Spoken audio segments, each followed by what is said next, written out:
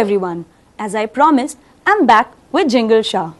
This time we're going to talk about kids, their interest, indoor games, outdoor games, video games, computers and a lot of other things. So let's get started and know more about kids from Jingle. Hi Jingle. Hello Tashu. Okay, Jingle, in today's high-tech world, you generally see kids playing on their iPads, Angry Birds, and they'll be sitting in front of computers. And there was a time when kids used to be out in the playground, play cricket, even in the sun. So there's a lot of difference that has come in this entire society. So what do you have to say about that? Like how technology has affected kids and how important outdoor games are for kids? Okay Tashu, tell me.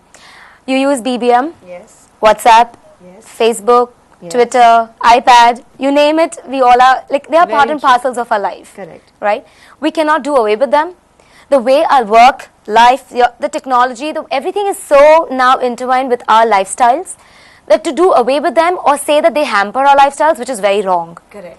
So with the same way, the way we have embraced it, we have to make our children also embrace it, but with our ways of, with our guidelines, our limitations, Correct. in terms of usage, in Correct. terms of time, Correct. in terms of exposure. Correct. So I would say that you give your child everything. And nowadays I know the schools who are even offering this as a part of the textbooks and books. Absolutely. They're replacing them. Absolutely. So rather than saying no to it, which they're going to do it in a later, behind your back, Correct. or later at someone's friend's house, Correct. rather you give it to them, Absolutely. which will be more easy for the child to know what is right, what's wrong, how he should use it, how much he should use it, rather than being deprived of it and having the curiosity of constantly going and getting to want to know more about it and trying to misuse this product. Correct. Or this technology. Correct. And that's where all the problems start.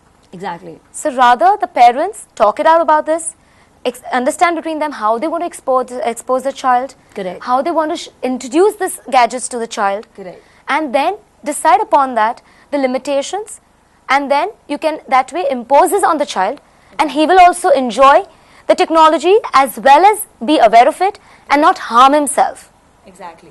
But when we talk about technologies, because kids grasping power is really high, so they get really inclined to sit in front of their computer and probably learn more about stuff and play quiz on computer, and they've started, like I have a niece of 7-year-old who knows everything about Google and Facebook and everything. True. But when it comes to comparing it with outdoor sports, because I guess it is also required for a kid to go out, play, be fit. So when you compare it with outdoor sports, this is totally indoor stuff.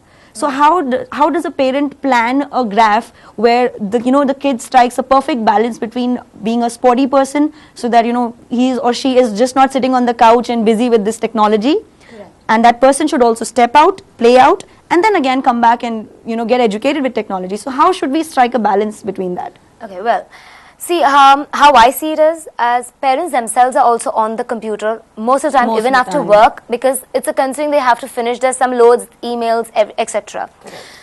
In the meantime, as they know, depending on the child's schedule, how they come back from school, the timings that they have on their disposal on their hand, everything, I would say that every day is not possible, Correct. practically speaking, but at least on the weekends, Yeah. that the parents are free, instead of staying at home, Yeah. rather they plan an outdoor activity with the child. Yeah. So the child is exposed to it. Exactly. And rather than having him indoors and just playing on the computer, putting a video for him, having a party at home, rather take the child out. He learns about the outside world, the manners, how he's supposed to be outside with the parents. Correct. So that also gives him the right exposure. Exactly. As well, on everyday basis, there are lots of classes also which are there, like Correct. gymnastics classes, baby gym classes. Correct. So you can put the child for that, which is easier. If you have a garden nearby, that's nothing like it. Correct. And nowadays, you have these, what do you say, this complex, Yeah, the big community gardens complexes, and all, correct. housing complexes. Correct.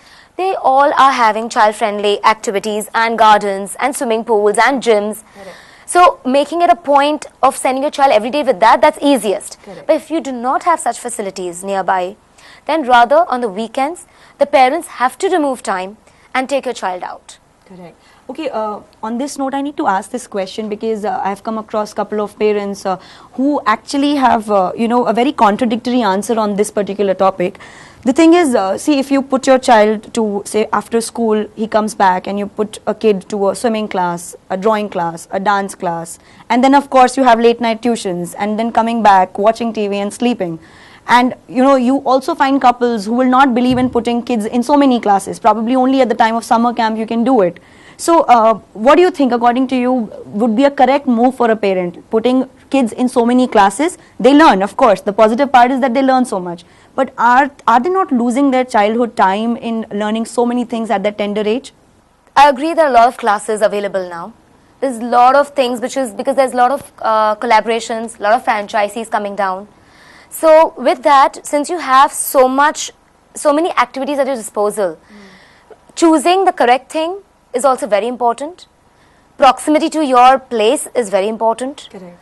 Easy, the timing, the access to it, everything is very important in deciding a class for the child. Correct.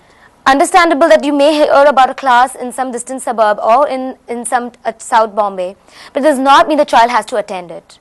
Correct. The only thing is, yes, the child should attend classes, considering that the daycare centers or these play schools, they're only for 2 or 3 hours in a day. Correct. And being at home the entire day just with grandparents and how to kill their time. Exactly. Rather, sending them to these few classes helps them to even grow, to development, their movement, everything helps. Okay. And the parents are also at ease that my child is learning something rather than just being at home. Correct. Behind a computer or a laptop or whatever he has at his disposal. Exactly.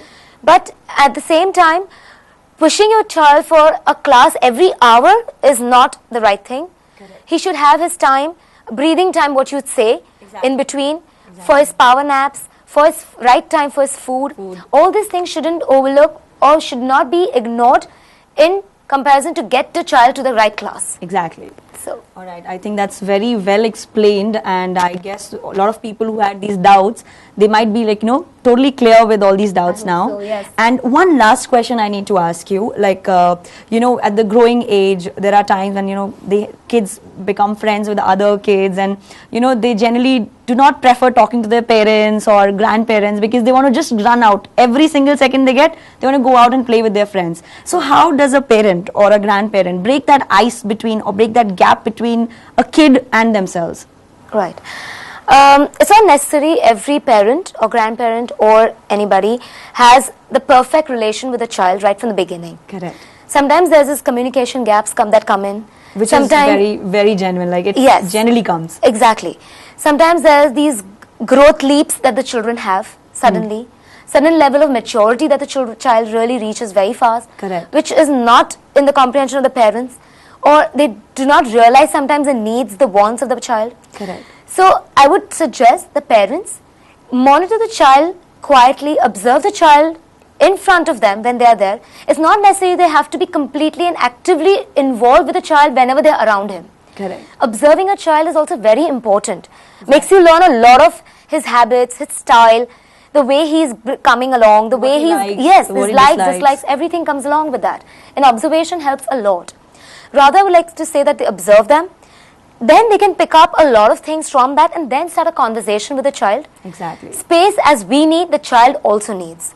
Okay. So, respect that, respect their, freedom, respect their independence. Correct. As we respect and we want others to respect for us. Correct. So, blending in all this together, if we then gel in with the child, he will want to listen to you. Exactly. He will not want to sideline you. He will not Absolutely. want to ignore you and run to his friends only. Correct. That will help him to build a rapport, just only as a friend, but also respect you as parents. Exactly. I think that's a very beautiful point that you just mentioned, that, we need to respect the space of the child as well. Correct. Because generally we don't do that, We generally treat him as a baby all the Exactly. time. Elders try to dominate the kid. And I Totally. guess that's a very good point. And people who will be watching this video, I guess it will really help them in building a very good rapport with the kid. Yes, I guess so all the definitely. things that you have spoken about will definitely benefit our people, like our couples who are planning kids, or probably who parents, have everybody, kids. yes. Exactly. Right. So thanks a lot. I think it was a pleasure talking to you. Thanks, Yashu.